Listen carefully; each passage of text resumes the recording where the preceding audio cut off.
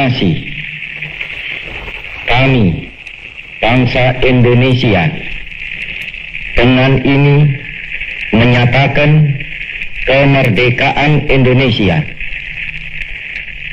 Hal-hal yang mengenai pemindahan kekuasaan dan lain-lain diselenggarakan dengan cara saksana dan dalam tempo yang sesingkat-singkatnya. Jakarta, 17 Agustus 1945, atas nama bangsa Indonesia, Soekarno Hatta.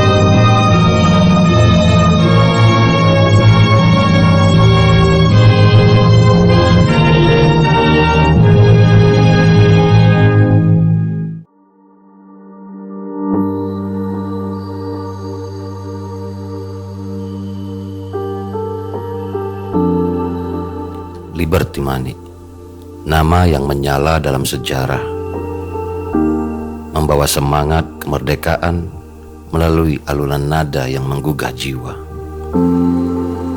Dalam setiap lirik yang ia lantunkan,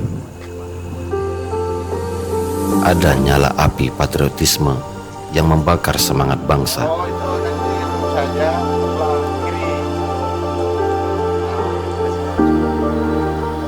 Musiknya bukan sekedar hiburan, tapi seruan untuk merdeka. Gema yang menggetarkan hati rakyat Indonesia.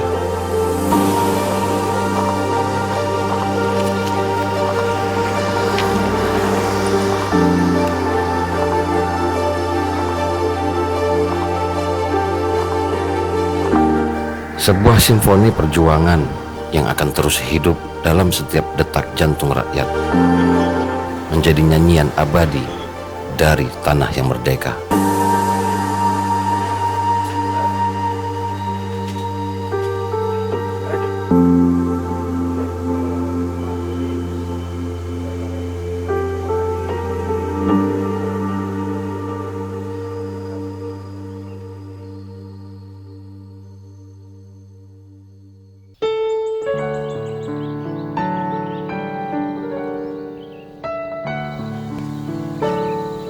Inilah kampung dari Dr. Liberty Manik.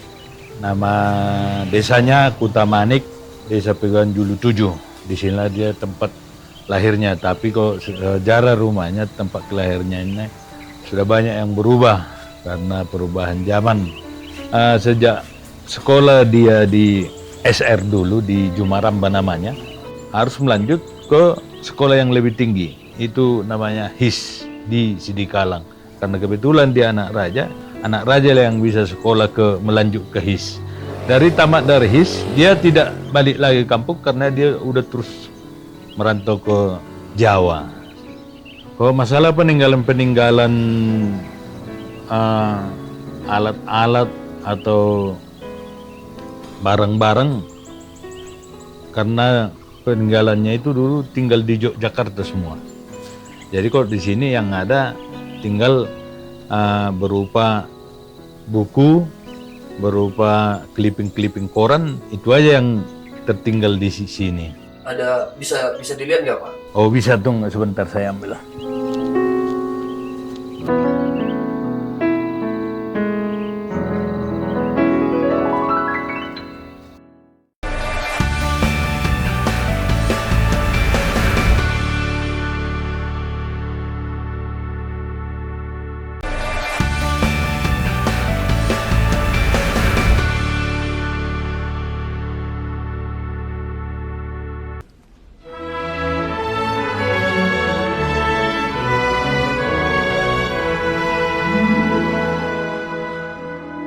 Indonesia, pusaka Indonesia tercinta, dan diulangi. Dan ini memang secara sadar saya buat nusa, bangsa, dan bahasa kita bela bersama.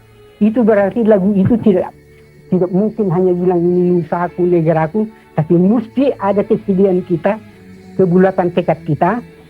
Ini nusa, bangsa, dan bahasa itu mesti kita bela bersama. Jadi itu sengaja saya bikin pada kalimat yang terakhir. Jadi kalaupun menyanyikannya, jelas ini mesti dinyanyikan dengan forte.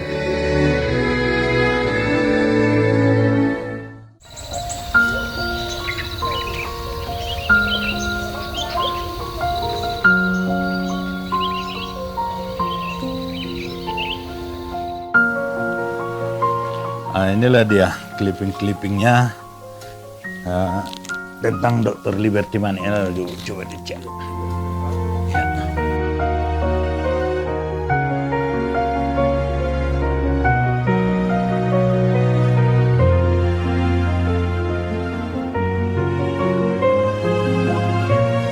Dia menciptakan lagu Satu Nusa Satu Bangsa, Desaku Yang Kucinta, dan ada lagi beberapa lagu yang mungkin tidak terekspos di zaman-zaman penjajahan karena banyak mungkin berkas-berkasnya yang sudah hilang karena dia berpindah-pindah.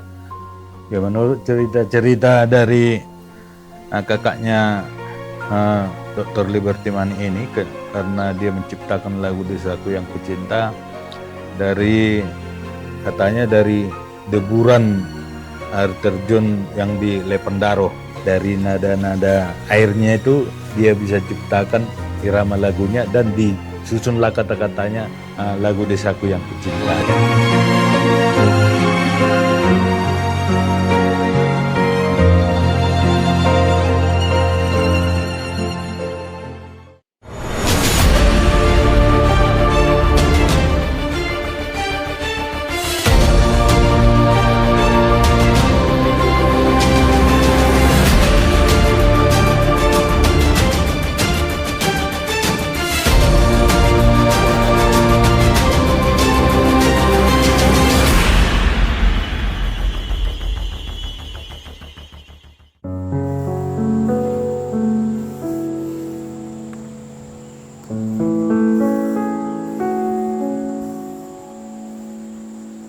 Karena lagu Satu Nusa Satu Bangsa menggunakan not seperdelapan, itulah lambang yang ada di letter S yang di dekatnya Karya Poto.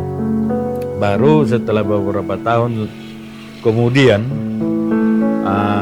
Pemkab Dairi juga memberi penghormatan dengan membangun patung Liberty Manik dengan memegang biola, karena biola adalah satu alat musik yang betul-betul sangat dikuasai oleh Liberty Manik. Itulah.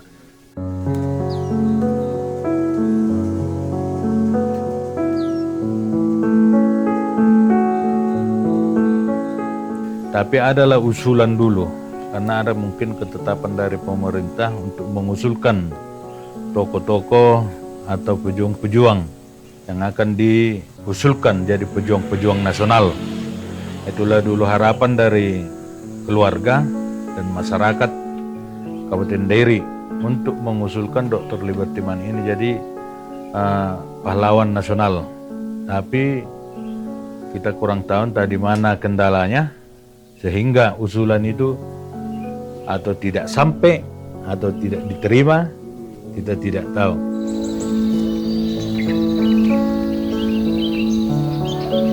Jadi sebenarnya Dr. Liberty Manik ini dia bukan sekadar hanya pengarang lagu, tapi dia juga banyak menulis buku-buku yang dia tidak banyak mengekspos namanya di dalam setiap buku-buku yang dia tulis atau penelitian-penelitian. Banyak juga dia lakukan sampai ke Indonesia Timur. Selama saya masih SD sampai SMP, saya mengingat baru 2 atau 3 kali lah ketemu dengan Dr. Liberty Manik ini. Dia datang sendiri ke rumah ini.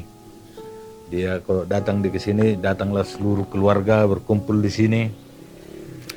Baru dia memainkan musiknya, biolanya. Dan ada dulu kawannya di sini pemain kecapi Marga Hutasoid, itu harus diundang kalau datang dia. Jadi dia main kecapi, Dr. Liberty Manik main biola dia. Nah, itulah saking cintanya ke musik ini.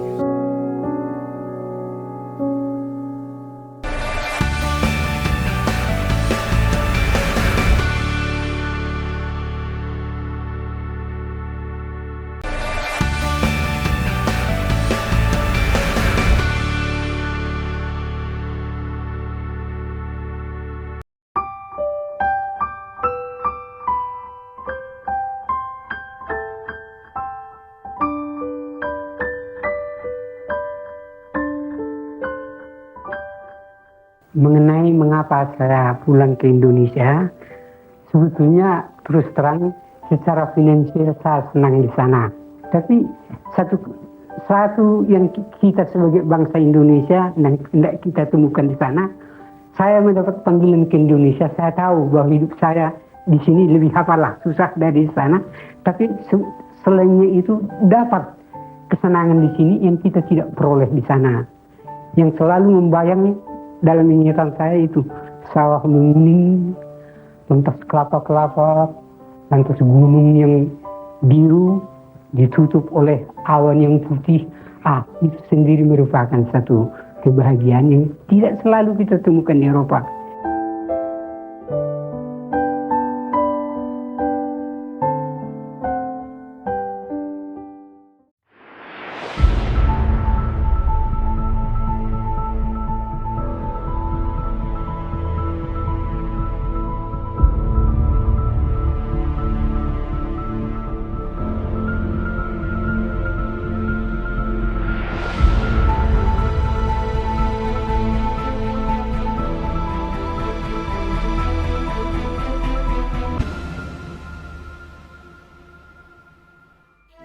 Sosoknya Dr. Liberty Manik ini dia karena sudah lama di Jerman,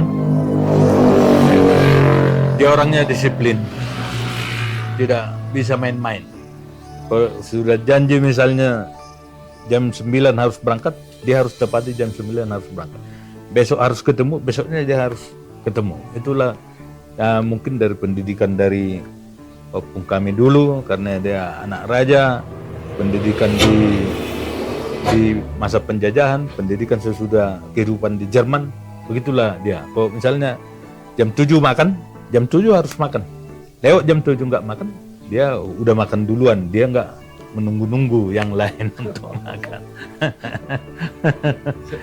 Jadi satu hal yang tak bisa dilupakan dari Dr. Liberty Manik ini, dia kalau datang ke kampung, setahu saya dan cerita-cerita dari Namboru, itu kalau datang dia harus pakai bahasa Bapak.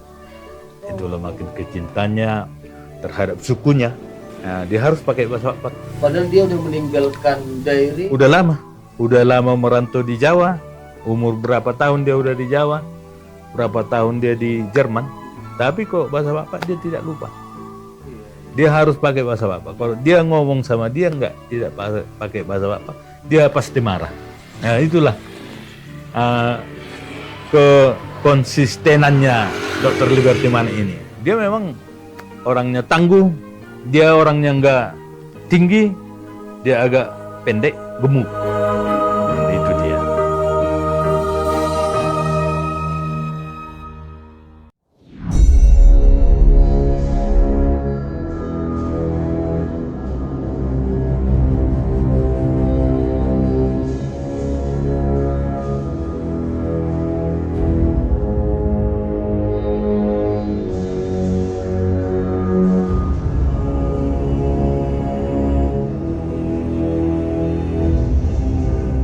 Banyak sebenarnya hal yang luar biasa dari Dr. Liberty Manik ini, terutama kecintanya secara nasional.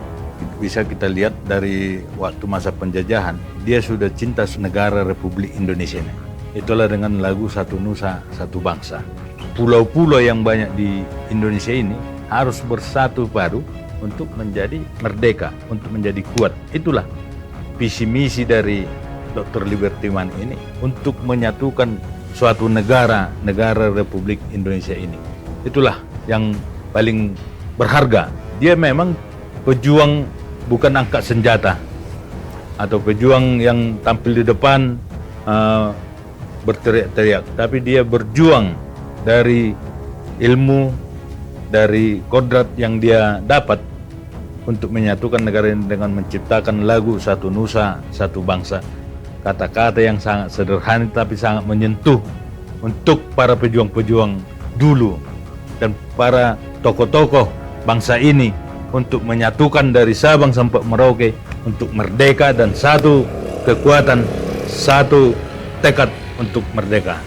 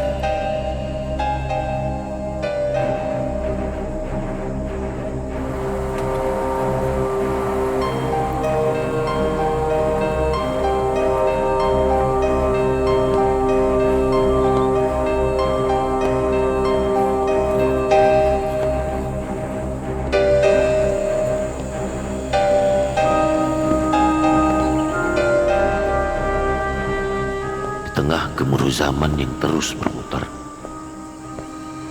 terdengarlah sebuah irama yang menari-nari di atas kanvas kehidupan.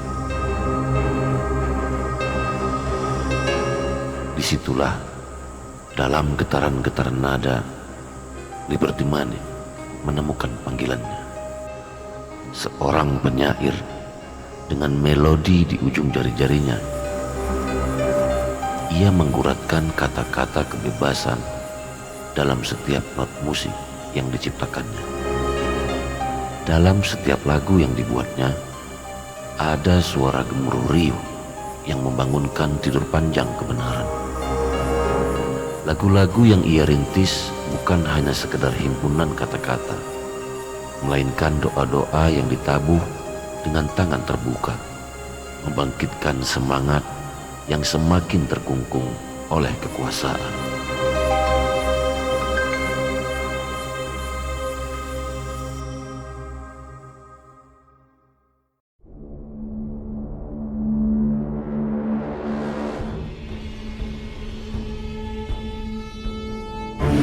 Jadi sewaktu menghabiskan masa sisa hidupnya lah kita bilangnya, waktu di Jogja dia sambil dosen di ISI, Institut Seni Indonesia yang di Yogyakarta.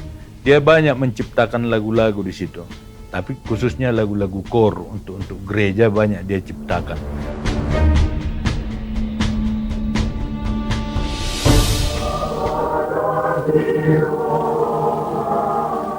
Kelebihan dari Dr. Liberty Manik ini, dia nggak mau memakai namanya di setiap lagu yang diciptakan di setiap gereja, karena dia berpikir dan pernah berkata bahwa lagu itu bukan miliknya, tapi itu lagu siapa yang menyanyikan, itulah lagunya. Semua lagu yang dia ciptakan sama ke Satu Nusa Satu Bangsa, Desaku Yang Kucinta, siapa yang menyanyikan itu dialah anaknya dan dialah putrinya. Itu motivasinya dia. Itulah hebatnya dia. Jadi kalau kita mau mengharapkan komposisi-komposisi yang Indonesia yang bermutu, yang kita harapkan dari komposer-komposer kita, mereka mulai secara akademis mempelajari teknik-teknik mengadakan komposisi, dan itu dewasa ini tidak ada jalan lain dari mempelajarinya di diisi misalnya di akademi musik dan di kursus musik. Inilah yang kita harapkan, sehingga nanti dari isi misalnya kita mengharapkan dari sana ada komposer-komposer Indonesia yang walaupun memakai teknik barat, satu ketika toh nanti menemukan jiwa Indonesia, dengan begitu juga menemukan jiwa atau corak keindonesiaan.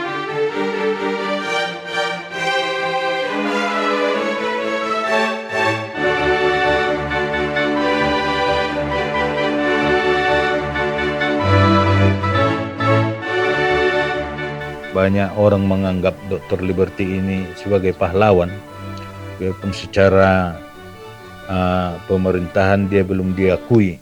Tapi kami keluarga sangat bangga masih ada orang yang mengingat, apalagi di saat ini TVRI yang datang untuk membuka kembali sejarah dari Dr. Liberty Manik ini. Kami sangat-sangat berterima kasih. Biarpun dengan hanya lagu Satu Nusa Satu Bangsa, Desaku Yang Kucinta, kami sangat bangga dan sangat respon ke TVRI. Terima kasih.